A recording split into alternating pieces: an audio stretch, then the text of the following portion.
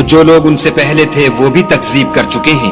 ان کے پاس ان کے پیغمبر نشانیاں اور صحیفے اور روشن کتابیں لے لے کر آتے رہے، پھر میں نے کافروں کو پکڑ لیا، سو دیکھ لو کہ میرا عذاب کیسا ہوا۔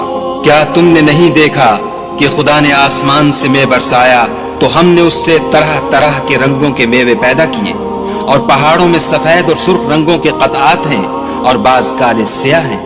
انسانوں اور جانوروں اور چار پایوں کے بھی کئی طرح کے رنگ ہیں۔